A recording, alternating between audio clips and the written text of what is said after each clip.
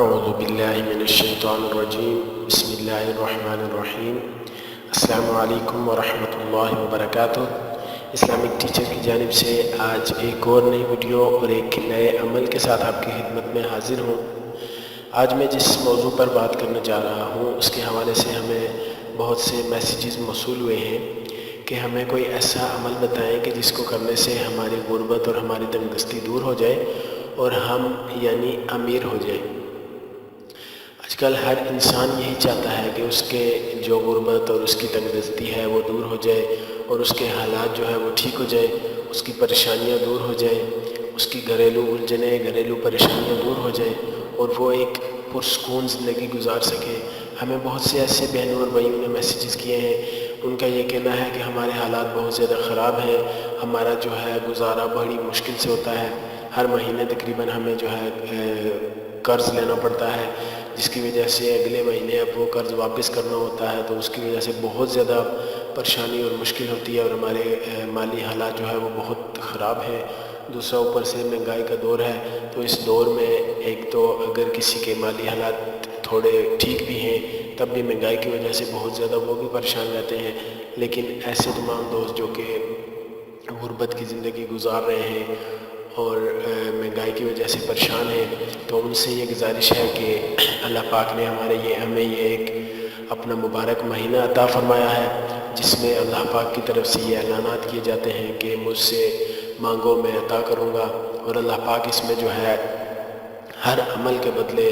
بڑھا چڑھا کر اللہ پاک عطا فرماتے ہیں۔ تو ہمیں یہ مبارک مہینہ اللہ پاک نے عطا کیا ہے، نہ جانے کس کو کتنے دن اور مزید نصیب ہیں۔ تو آپ سے گزارش ہے کہ جو دن گزر گئے وہ تو گزر گئے، لیکن جو باقی دن رہ گئے ہیں اللہ پاک سے یہی دعا کریں کہ اللہ پاک ہمیں ان کا احترام کرنے اور ان میں اللہ پاک کی عبادت کرنے اور اللہ پاک کو راضی کرنے کی ہمیں اللہ پاک توفیق عطا فرمائے، کیونکہ حدیث میں اس طرح سے ہے کہ حضرت جبرائیل علیہ السلام جو ہے حضور صلی اللہ علیہ وسلم کی خدمت میں آئے اور عرض کی کہ ہلاک ہو جائے وہ شخص جس نے رمضان کا مہینہ پایا اور وہ اپنی بخشش نہ کروا سکا۔ تو حضور صلی اللہ علیہ وسلم نے اس پر آمین کہا، یعنی فرشتوں کے سردار کی دعا ہو اور نبیوں کے سردار کے اوپر سے آمین بھی ہو گئی۔ تو ان دونوں کی ہوئی اس دعا میں اگر ہم دیکھیں تو اس کے قبول ہونے میں کوئی رکاوٹ نہیں ہے، اور یہ پھر اگر ہم اس مبارک مہینے میں بھی اللہ پاک کو راضی کر کے اپنی مغفرت نہ کروا سکے تو ہم بھی یہ جو حضرت جبرائیل علیہ السلام کی طرف سے بد دعا ہے ہم بھی اس کے مستحق ہوں گے۔ اللہ پاک ہم سب کو اس سے بچائے اور اللہ پاک ہم سب کو زیادہ سے زیادہ اپنی عبادت کر کے اپنے آپ اللہ پاک کو راضی کرنے کی ہمیں توفیق عطا فرمائے۔ تو آج میں ایک بہت ہی مجرب عمل لے کر آیا ہوں کہ جو کہ رمضان کے حوالے سے خاص اہمیت رکھتا ہے۔ تو ویسے آپ اس کو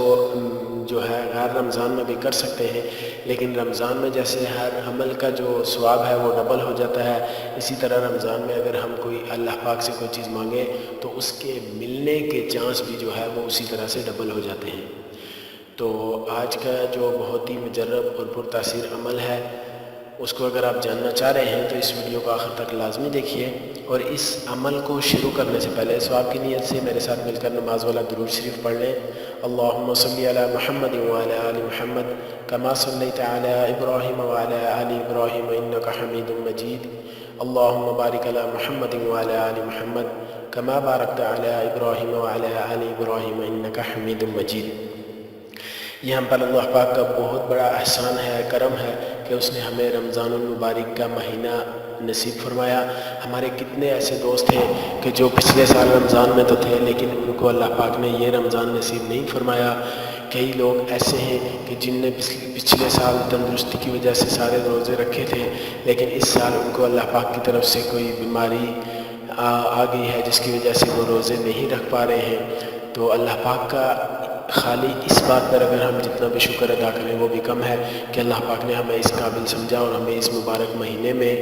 اپنی عبادت کے لیے اس نے صحت و تندرستی عطا کی ہے، اور اگر پھر بھی ہم اس میں اللہ پاک کی عبادت کر کے اللہ کو راضی نہ کر سکے تو اس میں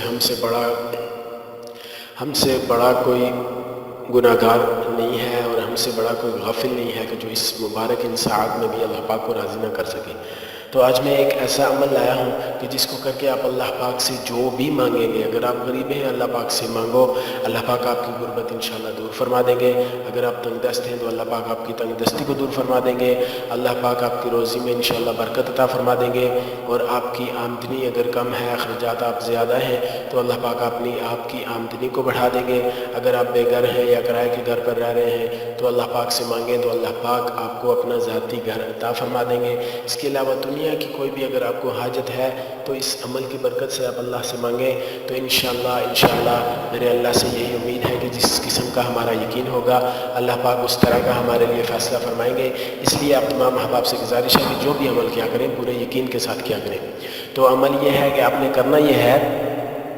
کہ رمضان المبارک میں ہر نماز کے بعد آپ نے 15 مرتبہ یہ آیت ہے قرآن پاک کی، اللہ لطیف بعبادہ یرزق من یشاء وہو القوی العزیز۔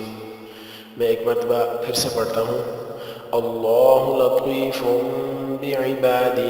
یرزق من یشاء وہو القوی العزیز۔ اس آیت کو آپ نے 15 دفعہ پڑھنا ہے، اور اس کو 15 دفعہ پڑھنے کے بعد آپ نے سجدے میں چلے جانا ہے، اور سجدے میں جا کر رو کر گڑ گڑا کر اللہ پاک سے سب سے پہلے تو اپنے گناہوں کی معافی مانگیں،